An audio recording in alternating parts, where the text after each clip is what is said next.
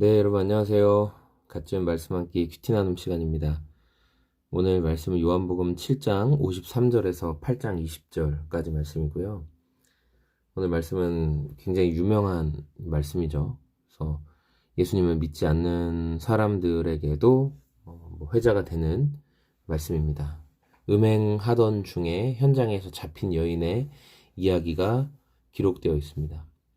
예수님이 이른 아침에 성전에서 또 사람들이 모여들었고 거기서 그들을 가르치시고 있는데 3절에 율법 학자들과 바리새파 사람들이 간음하다가 잡힌 여자를 끌고 왔습니다. 그래서 사람들 가운데 그 여자를 세워놓고 이렇게 말하죠. 선생님, 이 여자가 간음을 하다가 현장에서 잡혔습니다. 예수님한테 선생님이라고 하는 거예요. 그러니까 이 선생님이란 말은 당신이 율법을 가르치는 사람, 지금 우리에게 율법을 해석해주고 있는 랍비라는 거죠. 그러니까 당신이 생각하는 율법은 뭡니까? 당신이 생각하는 율법의 해석, 이 여인을 어떻게 해석해야 됩니까? 이렇게 하면서 예수님을 피할 수 없게 만드는 호칭, 선생님 이렇게 부르는 거예요. 자, 그러면서 모세는 그러니까 이제 율법은 이런 여자들은 현장에서 잡힌 이렇게 간음하다가 잡힌 여자들은 돌로 쳐서 죽이라고 명령했습니다. 그런데 선생님은 뭐라고 하시겠습니까? 네. 그러니까 예수님을 별로 존중하지도 않는 이 종교 지도자들과 유대인들이 예수님한테 선생님, 선생님 하는 이유는 예수님을 존중하고 진짜 예수님이 주시는 메시지를 듣기 위함이 아닙니다. 그러니까 우리가 누군가를 함정에 빠뜨리기 위해서 당신이 이 부분의 전문가시죠? 이 부분을 너무너무 잘 알고 계시죠? 그럼 이것도 한번 이야기해 보시죠. 이렇게 얘기하는 거예요. 그래서 대답을 잘 못하면 그 권위를 더 깎아내리죠. 아니, 그거의 전문가라고 하면서 이렇게 이따위로 말을 합니까? 당신 정말 한심한 사람이군요.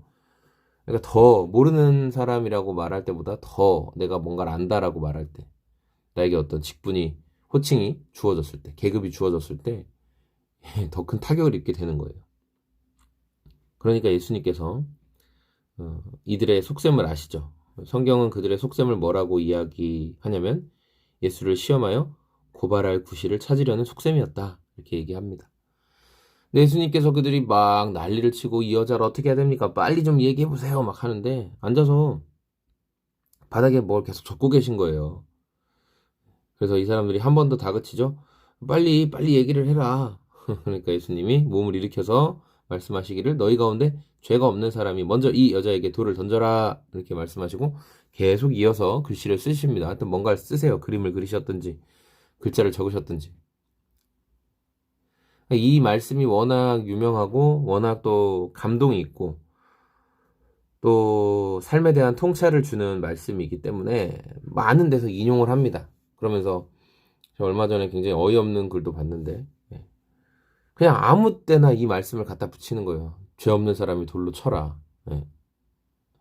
그러니까 자기가 좋아하는 사람 비난하지 말라 할 때도 그런 식으로 이 말씀을 갖다 붙이는 거죠. 그러니까 그렇구나.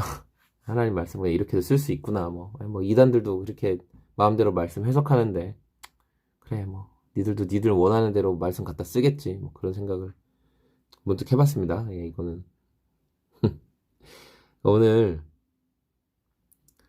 그러니까 이 여인이 이제 그렇게 하고 어른들로부터 나이가 많은 이로부터 다 시작해서 하나씩 하나씩 하여튼 예수님의 주신 그 메시지 앞에 사람들이 여인에게 던지려던 그런 비난과 도를 그치고 다 떠나갔다.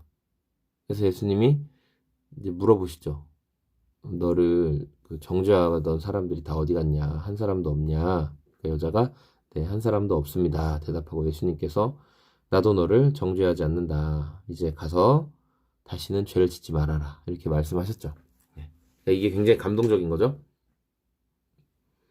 이 말씀 묵상하면서 혹시 여러분은 이렇게 이 여인처럼 죽을 수밖에 없는 상황에 빠져보신 적이 있습니까? 이게 어떤 사고라든지 위험에 노출된 그런 이야기뿐만 아니라 여러분의 실수와 죄로 인해서 정말 이게 밝혀지면 이게 드러나면 아니면 또 그게 드러나서 그런 것 때문에 너무 수치스럽고 너무 부끄럽고 또 자신이 너무 초라해지고 막 그랬던 점. 또 어떤 분은 그런 거짓말로 인해서 법적인 책임을 져야 되는 부분도 있으실 것이고, 또 법적인 책임은 아니더라도 법적인 책임을 지는 영역까지는 가지 않더라도 어, 도덕적으로나 또 인격적인 부분에서 굉장히 수치스럽고 부끄러운 상황에 놓여 보신 일이 있는 분도 있을 겁니다. 그런 상황은 굉장히 죽고 싶은 상황이죠. 아, 차라리 내가 이 세상에서 없어지는 게 낫지 않을까. 뭐 그런 마음도 들죠. 그런 상황 가운데 예수님, 그러니까 그 여인에게는 지금 그 간음하다가 현장에서 잡힌 것이, 그래서 뭐 어떤 성경학자들은 그 율법사들이, 종교 지도자들이 예수님을 함정 놓기 위해서 그 여자를 일부러 좀 세팅해서 간음하는 현장에 걸리도록 일부러 세팅해서 잡았을 수도 있다, 뭐 그런 이야기도 했지만, 어쨌든 그런 죄에 동참하고 그 죄와 함께 하다가 이런 큰 문제를 경험하게 된 그 인생 앞에 예수님은 어떻게 반응하셨느냐. 다시 기회를 주시는 분이라는 거죠.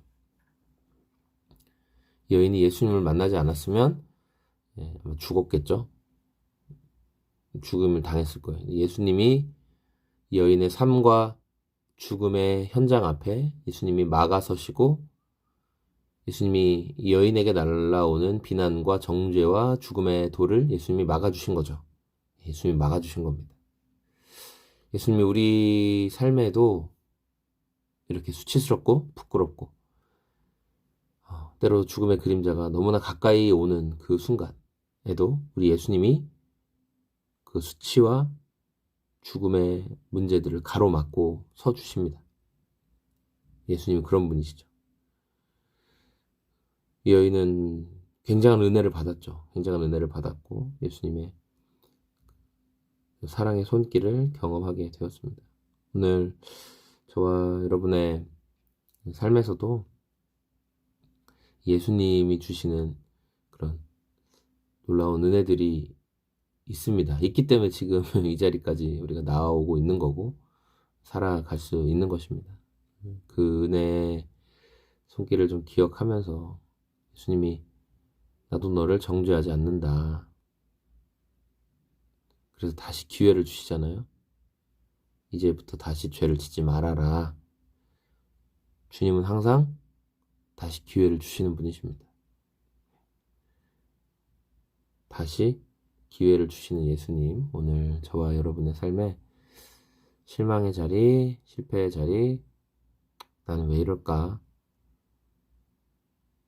나는 왜 이럴까 진짜, 이런 생각이 드는 분이 계시고, 그런 정죄감 때문에, 죄책감 때문에 실망하고 있는 사람들에게 예수님이 말씀하십니다.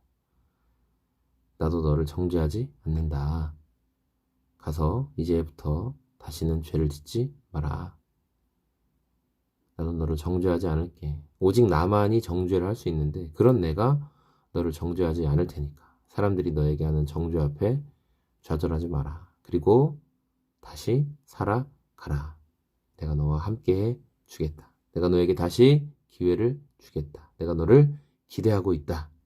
말씀하시는 주님의 그 음성이 들리고 그 약속의 말씀을 신뢰하고 또 믿음으로 은혜 가운데 하루를 살아가는 저와 여러분의 오늘이 다 되었으면 좋겠습니다.